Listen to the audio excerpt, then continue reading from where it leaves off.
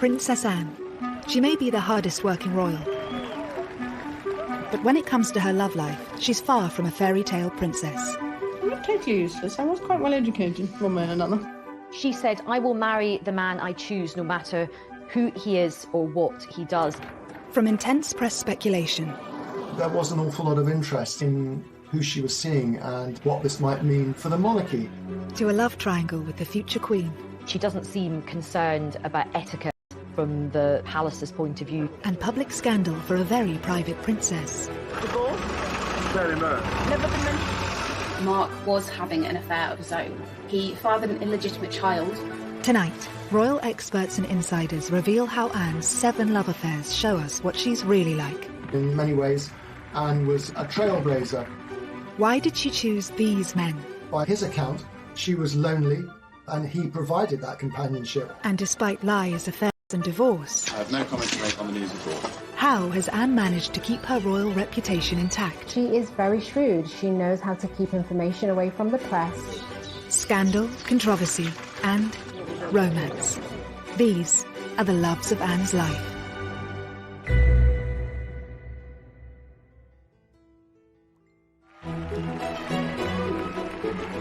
Sir Timothy Lawrence is the man we're used to seeing by Princess Anne's side.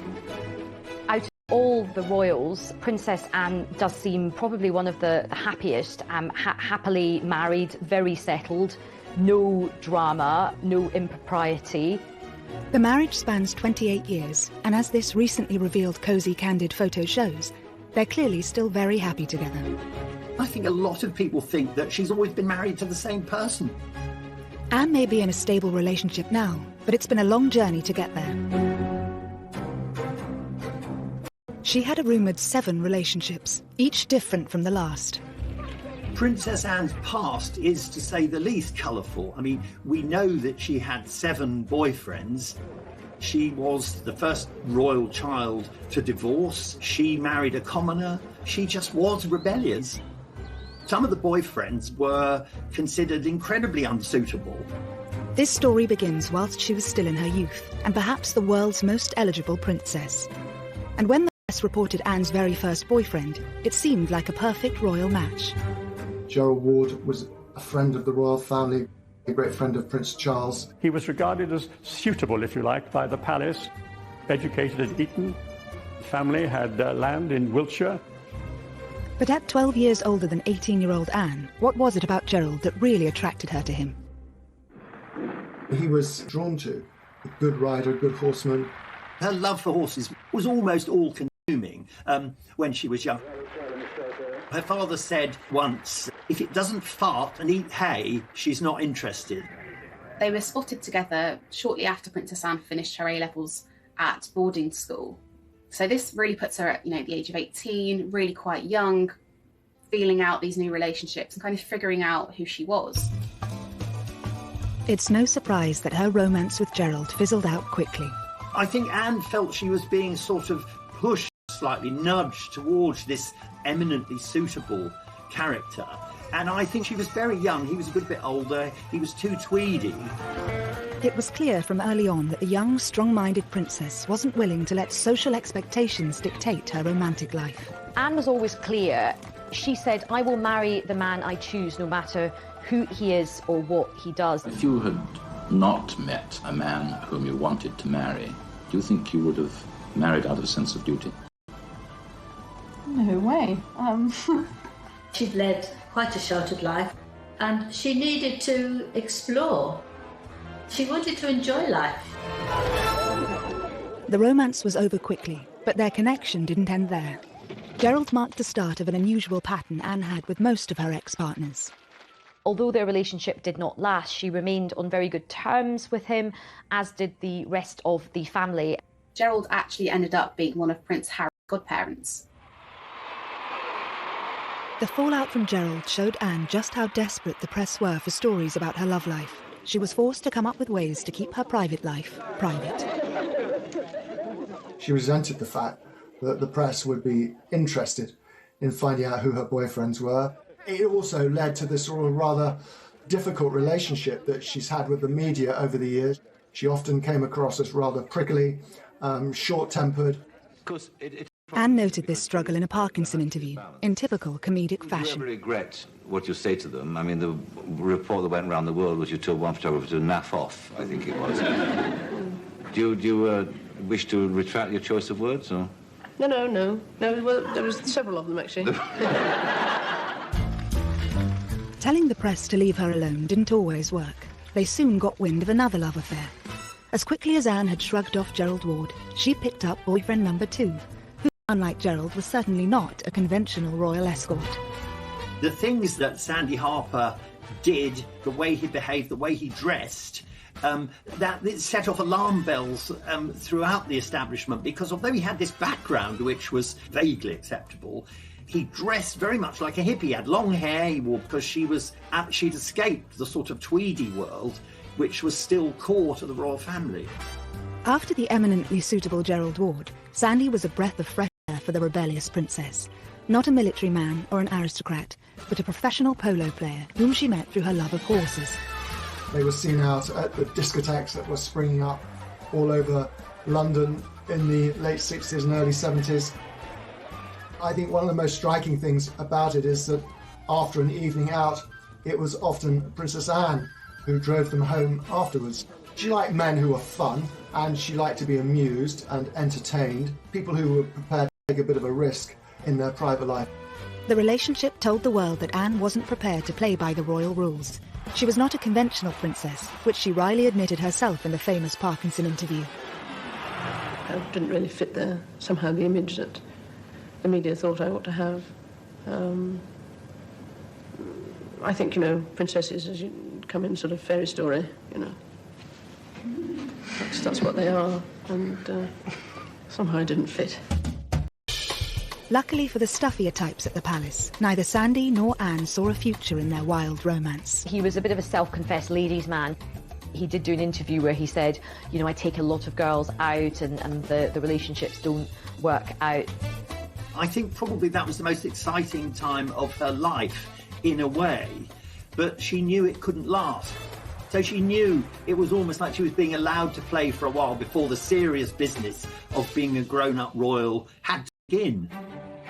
By age 20, speculation about Anne's love life was rife, and when rumoured boyfriend number 3 hit the headlines, it seemed Anne was open to becoming a grown-up royal. Richard Meade was another extremely accomplished horseman, and in fact one of our most decorated Olympians.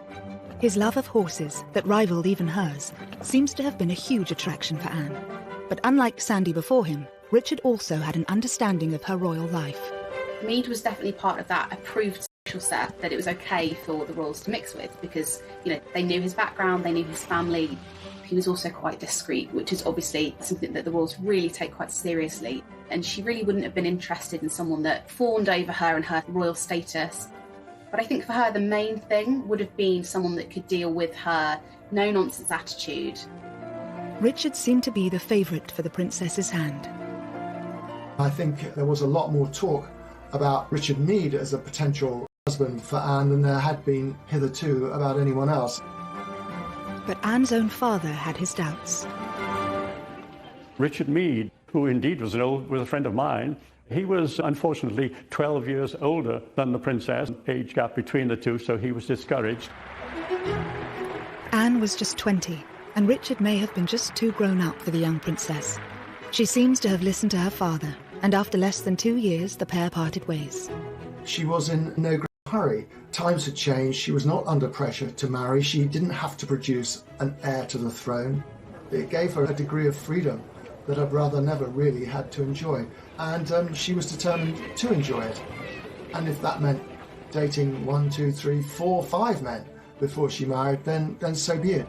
Richard Meade, he became quite a close friend. They could go on horse events together, and his children became very friendly with Prince William and Prince Harry. So she wasn't spiteful, she wasn't bitter. Next, Anne's most risky romance has been under wraps for years, involving a complicated love quadrangle. He would have been a complete no-no for the royal family.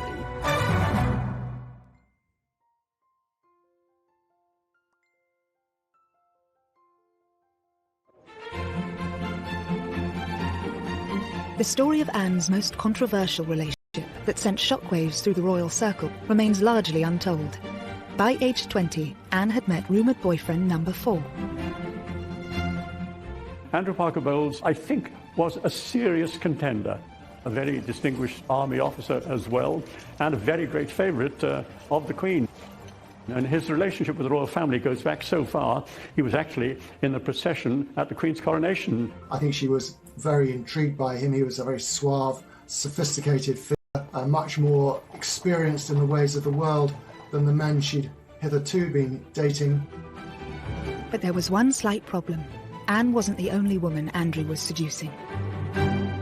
The name is familiar, of course, because he was dating a young woman called Camilla Shand, who became Camilla Parker Bowles and is now, of course, the wife of the Prince of Wales. But he was also seeing a lot of other women in his spare time. It was thought that when he cheated on Camilla with Princess Anne, that Camilla decided to get a bit of revenge, and that was when she actually started up her own relationship with Prince Charles.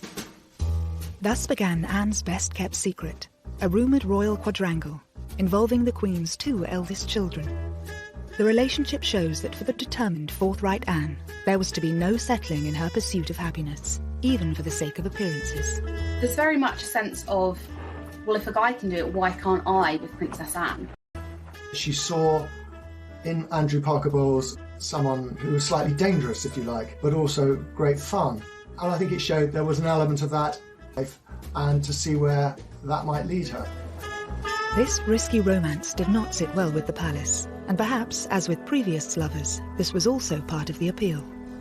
So I think even at this very early stage in Anne's life, we can really see her strong character coming through. She doesn't seem concerned about etiquette. From the palace's point of view, she's quite interested in men who are a bit different, who have got a little bit of a reputation. He would have been a complete no-no for the royal family. Apart from the promiscuity, the big issue with Andrew Parker Bowles was that he was a Catholic. This is one detail that Anne would have to consider. For the pair to marry, Anne would likely have to withdraw from the line of succession. Princess Anne was never going to try and break that particular rule, but that worked in her favour in a sense because she wanted to have fun without the pressure to turn that fun into a sort of formal relationship or even marriage. As scandalous as the relationship may have been, once again, the notoriously private princess miraculously kept it under wraps from the public. When she and Charles would go to breakfast, they would voraciously scan the paper for any of the little tidbits that the papers had published about them. They wanted to know what they'd figured out. You know, had that relationship been kept secret? I think this revelation really has come about because of the Netflix show, The Crown. And I think a lot of people were quite shocked. I think a lot of people had to check on Google if this was actually true. How do you know all this? Because I was briefly caught up in it myself. Wait a minute. When? Then, in the past, it doesn't matter. It was all very straightforward. He got what he wanted, which was to make Camilla jealous. I got what I wanted, which was a bit of fun. Fun? Yes, sorry, Mummy, it was. The private conversations can still only be imagined, but the story of this extraordinary relationship was a revelation to most. She really was besotted with Andrew Parker Bowles. I think after a couple of years of Anne really chasing him, she realised that, you know, he was only really going to make her unhappy. The press were getting more interested, and of course the long shadow cast by his Catholicism and his promiscuity. It's understood when Andrew was posted to Germany, it firmly put an end to things. But despite their complicated past, Anne has kept this ex especially close. Andrew is a godfather to Zara. He's remained a firm friend of Princess Anne's for the best part of 50 years. So no, I don't think there was any ill will on Anne's part towards his marriage for Camilla. After the dangerous liaison with Andrew, Anne once again sought out a quieter, less colourful partner, and again she chose one. He was a member of the Queen's Dragoons, of course, you know, another dashing cavalryman. It's easy to see what Anne saw in him. Another gold medal winning equestrian, a military man whose father worked for the royals, and no controversial reputation. Maybe she was looking for somebody who just made her feel safe and secure, reassured, a calm relationship where she knew that the gentleman was really interested. her, because actually Andrew, having been quite the ladies' man, maybe didn't give her that stability. After the other difficult relationship she'd had, he must have seemed a godsend. They quickly hit it off, and then they were both at the 1972 Olympics. That's where the relationship really blossomed. Mark was different to Anne's previous boyfriends. He was a quiet character. Because we know she's very much like her father, who is quite a controlling character, Mark must have seemed a big improvement on people like Gerald Ward. The relationship would have been the man in the driving seat. With Mark, it was different. He was quite shy. Royal biographer Brian Hoey has first-hand experience having met and interviewed Mark and Anne. The princess took control of the interview, and I've known him ever since, and he's a pretty good guy, and you get him talking privately, and he is very, very articulate, but he's not brilliant if you get him, speaking publicly in television. When you were a teenager, did you have any idea of the sort of girl that you would like to marry? No, no, I didn't. I wasn't very clever with girls, I don't think, when I was a teenager. I definitely was a bit not very good. Not very successful, should I say. After the princess's previous boyfriends, who enjoyed the limelight and matched strength, Mark seemed happy for Anne to take the lead. His background was very different to her. He was a commoner, he was the son of a sausage maker. He didn't really have the airs and graces of somebody who had grown up around royal circles, that confidence. Anne appeared to welcome this break from her usual aristocratic type. The new romance was quickly blossoming and, of course, instantly captured the attention of the world's media. Princess Anne was terrified, I don't think that's putting it too strongly, that her relationship with Mark Phillips would be discovered, would be exposed, would be written about in detail. And I think the reason for that was that she knew that he was the one. To avoid being discovered, she even admitted to hiding in Mark's horsebox with her typically dry humour. It was an enjoyable experience being in a horse box, man. Well, I've been a much better driver of horses than ever since. You have? You had some consideration. She was always quite happy to lie. Restrain keeping it secret and indeed keeping it away from people like ourselves. I think it has, yes, it became rather restrained in the end. But the press finally got their story. The long months of rumour, speculation and denial were over. The Easter engagement was now public knowledge. Mark Phillips was the man who had finally tied down the Queen's only daughter. The royal family were thrilled at the engagement, so much so that the Queen Mother said that they were the perfect couple. 6 months later, on the 14th of November 1973, Anne became the first of Queen Elizabeth's 4 children to wed. The moment we've all been waiting for, and how lovely she looks. It was a spectacular at Westminster Abbey. These pre-internet days, still something like 500 million people plus watched the wedding. So inevitably it started off with enormous enthusiasm. They faced this great aisle in the congregation. All eyes were upon this couple. Both Anne and Mark were hugely private, but they instantly became one of the world's most famous couples. He was beginning a public life which he hadn't really countenanced for himself. But he sort of reconciled himself to the fact that he was marrying the woman he loved and he would just have to make the best of it. Such was their desire for privacy and normality. When Mark was offered an earldom from the Queen, he turned it down, as the newlyweds wanted their children to be freed from royal constraints. Early married life appeared idyllic from the outside. The Queen, as a wedding present, had given Anne Gatcombe Park, this magnificent house in Gloucestershire. I saw quite a lot of Anne and Mark during their early days of marriage. I thought they were perfectly suited. Apart from being a loving couple, they were good friends. Anne continued her riding career alongside her royal duties. 4 years after the wedding, their first child, Peter, was welcomed into the family. But within a couple of years of Peter's birth, cracks were already beginning to show in the marriage. Both of them had left the world of show.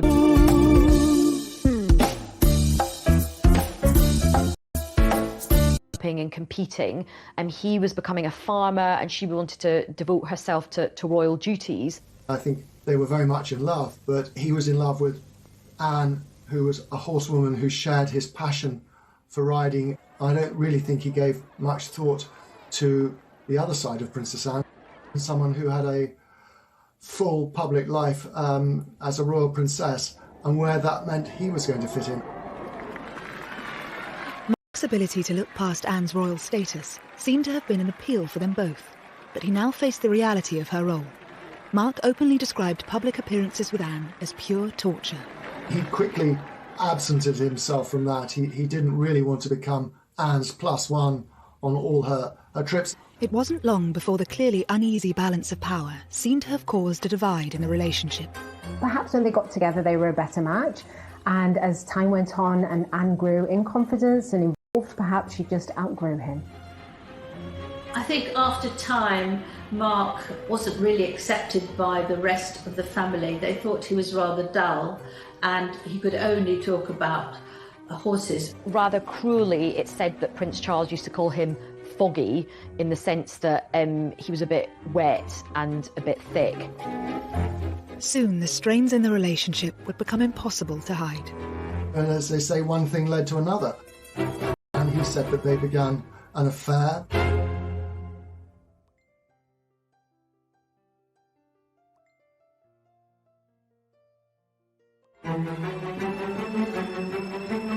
If the first few years of Princess Anne and Mark Phillips' marriage had shown cracks, 6 years in, a chasm was appearing. As Mark diverged from his main equestrian career into creating his own business, making horses and jumps, and Anne, of course, was committed to her royal schedule and diary, it seemed very much that they spent a lot of time apart. It was also beginning to be noted that Anne seemed to have grown very close to one of her bodyguards. 32-year-old Royal Protection Officer Peter Cross was a married father of 2 from Sheffield. His background, plain, northern, brought up in South Yorkshire, completely different from that of the princess, but I don't think that mattered that much. A strong action man, Cross was very unlike Mark Phillips, with whom Anne appeared to be growing tired. He was amenable, he wasn't a dominating kind of character. And what she was really looking for, she found in Peter Cross, who would have seemed exotic to her with his background. By his account, she was lonely. Phillips was, they say, one thing led to another. And he said that they began an affair. They would chat a lot on the back stairs of Gatcombe House. And Mr. Cross explains it, that they were sitting there one day chatting, and he looked into her eyes and she looked into his eyes, and they clasped hands and they kissed. Photographs of Peter Cross and Anne from his time as her protection officer hint at their close relationship. Cross and Princess Anne do seem incredibly comfortable in each other's company, overly familiar for the role they were in. You do get the impression that Anne was enjoying that attention, but also Cross was really quite distracted. He doesn't look like somebody who's there to protect her from a potential threat. He looks lost in the moment. He began to dress rather like the sort of tweedy, horsey people that Anne surrounded herself with. He wore tweed caps, moleskin trousers. He began to look the part, and so the rumour mill began to work. When it was suspected that they were having an affair, Peter Cross got removed from his position and sent away. And there's an interesting scene in The Crown where Anne and her mother have a conversation about it. You can't. Here's the one thing that makes me happy. You have so much to make you happy. Then how come none of it does? Of course, this drama surrounding the romance is imagined, but experts think it still had a big effect on Anne. He was obviously quite important to her at a time when her emotions were quite high. But allegedly, Anne wasn't about to give up on Cross that easily. Summoning him to Gatcombe Park after his dismissal, a day in the country became code for them meeting up. It is said that they still met from time to time, and that Anne had a code word so that people wouldn't know it was her when she was telephoning, and if she would say it was Mrs. Wallace. Was this, we all wondered, a reference to Wallis Simpson, another rather notorious figure linked to past royal misbehaviour?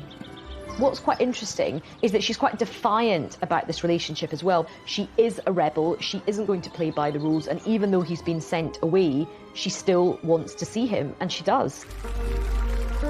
Peter Cross maintains he stayed in touch with Anne for several years, and whilst Anne chose not to comment on these allegations publicly, she and Mark were forced to address questions about the state of their marriage during that revealing interview with Michael Parkinson for Network 10 in 1983. When Parkinson asks about the rumours, you see Princess Anne flinch ever so slightly. That suggests that she was afraid of what's coming. She also instantly averts her gaze, looks downwards, and you do see her eyes in this moment. There have been rumours recently about divorce and happiness. Are they true or untrue? Ill-informed gossip has been going on for years. One thought or another. You can really feel how awkward that was. But how do you react when you read these stories? I mean, what is your feeling? There was much of a pause before either she or Mark gave comment in response to that question. It's a difficult question to answer, and that it depends. There's a moment where he starts speaking, you can sort of see her swallowing and just looking visibly uncomfortable. I think to a large extent you ignore them, I think, but then if they start to persist and go on and on and on, then it starts to become a bit trying, and you eventually feel that... He really didn't need to say anything. She'd left it in a good place, but then he comes in, he responds with that nervousness, and in explaining himself actually just makes them look guilty of hiding something, and essentially kind of undoes what she says. The body language between them was absolutely terrible. They did not look like they even liked each other, let alone happily married together. After keeping quiet about the alleged affair at the time, in 1985, Peter Cross sold his story to the News of the World. He blurted out all the details of their intimacy and their closeness, and the fact that she had taken a real shine to him. I interviewed Mark Phillips, and this was shortly after the scandal. He said, "Policeman, don't talk to me about bloody policemen." She didn't like the idea that this relationship between his wife and a lowly policeman had been splashed all over the newspapers.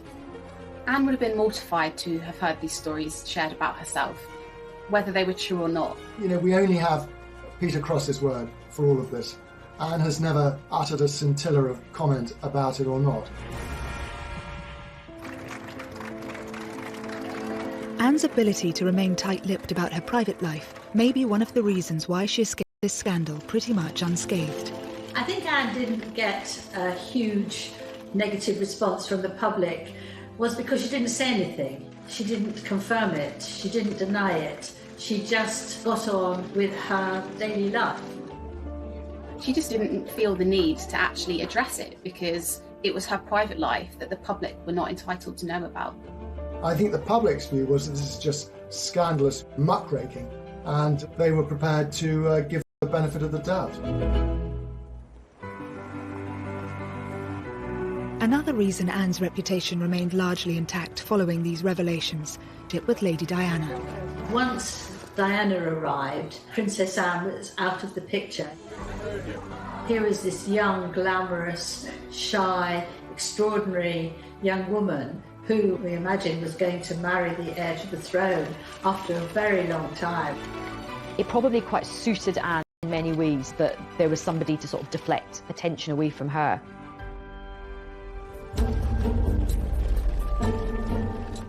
Rumours may have circulated about Anne during her marriage, but husband Mark Phillips was far from the innocent party. Mark was linked to a number of women throughout the course of his marriage. All of these affairs were denied, but nonetheless he was followed round by these rumours for a large part of his marriage. Mark Phillips was leading a fairly, how should I put it, rackety life. He was going off around the world. He had all sorts of opportunities to misbehave. But one liaison which took place in New Zealand in 1984 was to become especially significant. Mark Phillips had an affair with an art teacher called Heather Tonkin in Auckland, and he met her at a riding clinic and took a shine to her, and they had a one-night stand. It is said that Mark Phillips left his boots outside his door to signal to Heather Tonkin which room he was staying in. This fling had serious consequences. Heather had fallen pregnant with Mark Phillips' secret love child. He tried to persuade her to have an abortion, which she wouldn't have. And then he denied that he was the daughter's father. It really was a huge potential scandal that the princess's husband had got this child on the other side of the world. But it would be another 7 years before this news broke. The Daily Express revealed home footage of Heather with their daughter appearing a world away from her royal relatives. First, a 1989 theft exposing another secret would push the marriage even closer to breaking point. Anne was having an affair while still married. He had echoes of the sort of practical action man that she'd found in Peter Cross, and I think that was very appealing.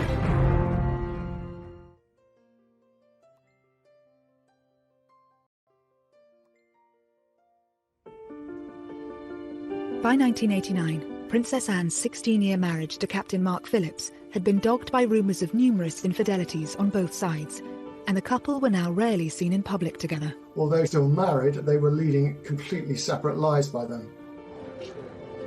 Now a theft at Windsor Castle was about to spell the end of the marriage once and for all. But it would also allow Anne to finally settle with a man who'd make her truly happy.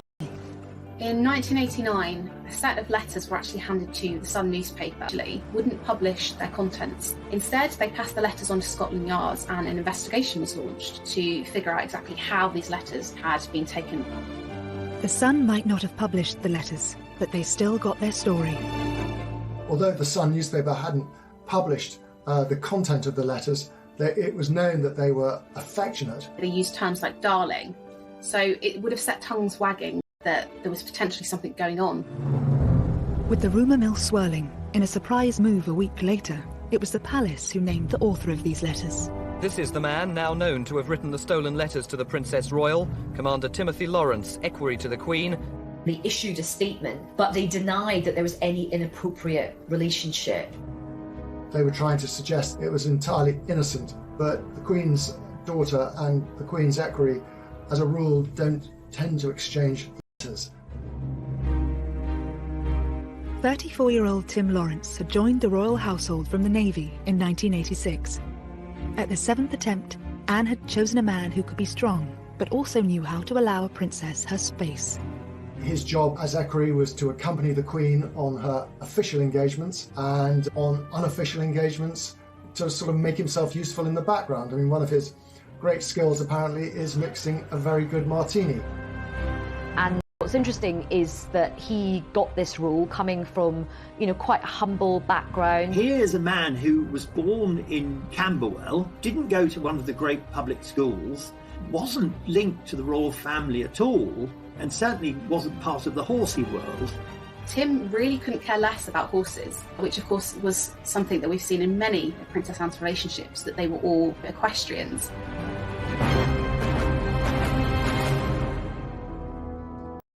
During his time as equerry, Bachelor Tim had become a great favourite of the Queen and Prince Philip. And obviously, though no one knew it, the Princess Royal herself. But why had Anne fallen for a royal attendant 5 years her junior? Equerries are chosen as much for their charm and their ability to get on with the royals as they are for any other military disciplines they might have. So in many ways, it kind of came as no surprise that Anne should be attracted to a man like Tim Lawrence. He had echoes of the sort of practical action man that she'd found in Peter Cross, and I think that was very appealing. Whilst the palace tried to insist Anne and Tim were nothing more than friends, when news of the letters broke, Tim Lawrence's neighbours gave a different story. They could see her come and they could see her go, but they never told the press about it. They just accepted it. And when the press discovered and rushed down there to talk to it, it's been going on for a long time. She's here nearly every weekend.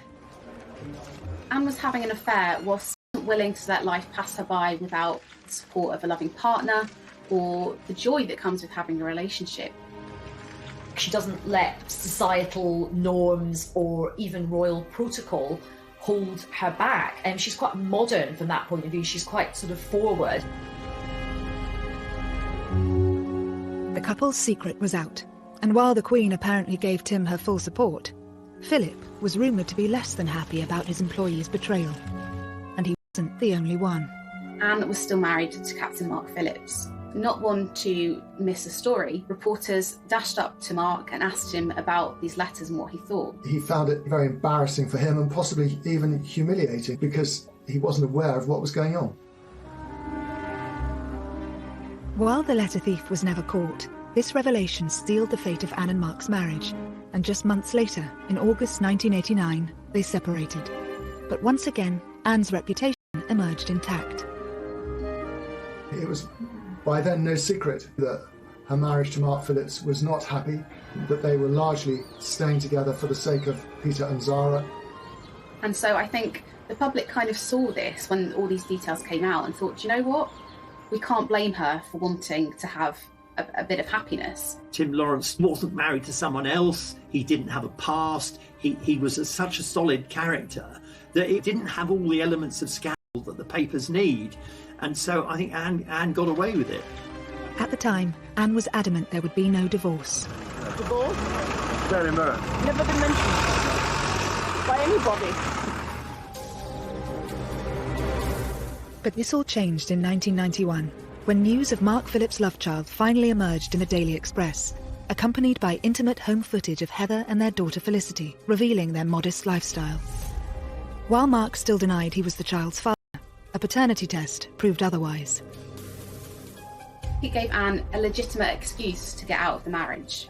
For that to be splashed across the papers, I think she knew that the public would be on her side, and although divorce was still a bit of a scandal, they very much would have understood that decision.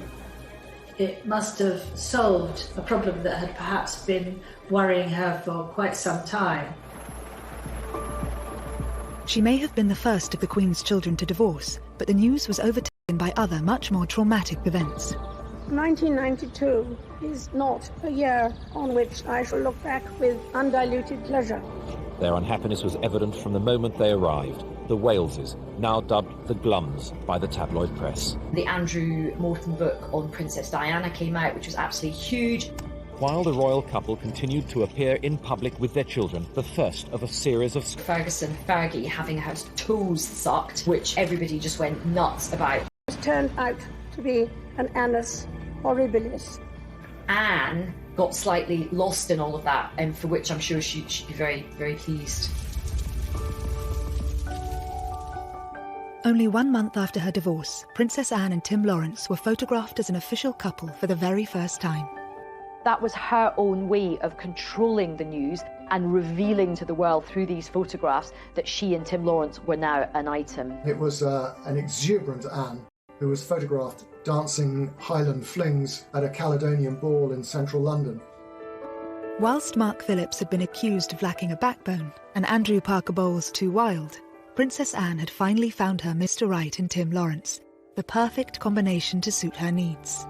I think he's the sort of man that Princess Anne was looking for, actually. You know, stable, thorough, reliable, honourable, who would let her take the royal position. And he was there, but he didn't seem to be somebody who would be walking way behind, uninvolved and feeling neglected.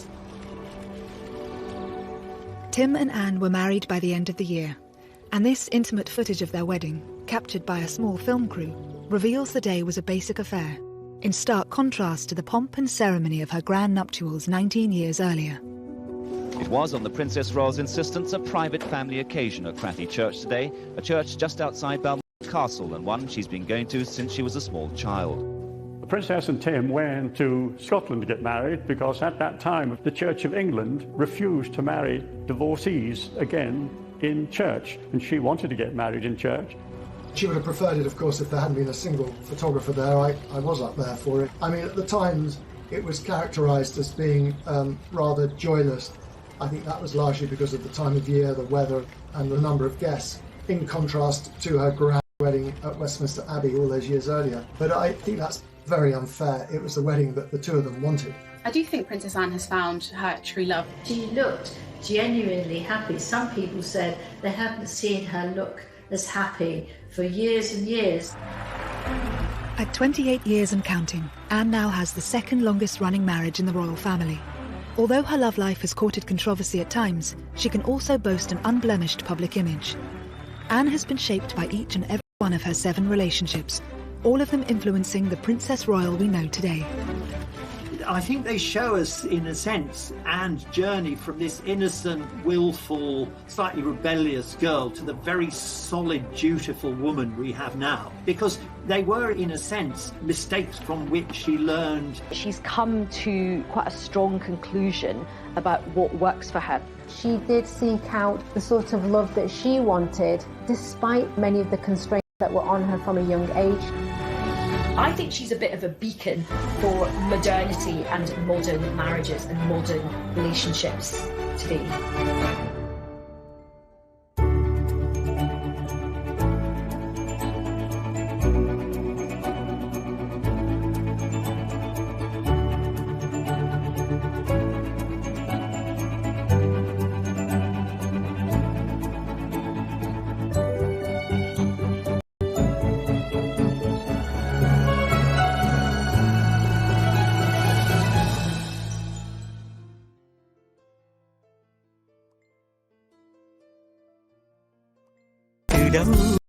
The media over the years, she often came across as rather prickly, short-tempered.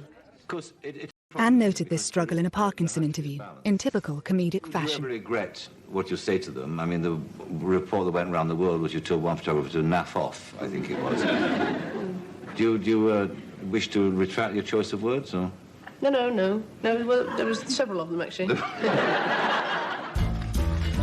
Telling the press to leave her alone didn't always work. They soon got wind of another love affair. As quickly as Anne had shrugged off Gerald Ward, she picked up boyfriend number 2, who, unlike Gerald, was certainly not a conventional royal escort. The things that Sandy Harper did, the way he behaved, the way he dressed, that it set off alarm bells throughout the establishment, because although he had this background which was vaguely acceptable, he dressed very much like a hippie. He had long hair, he wore, because she'd escaped the sort of tweedy world.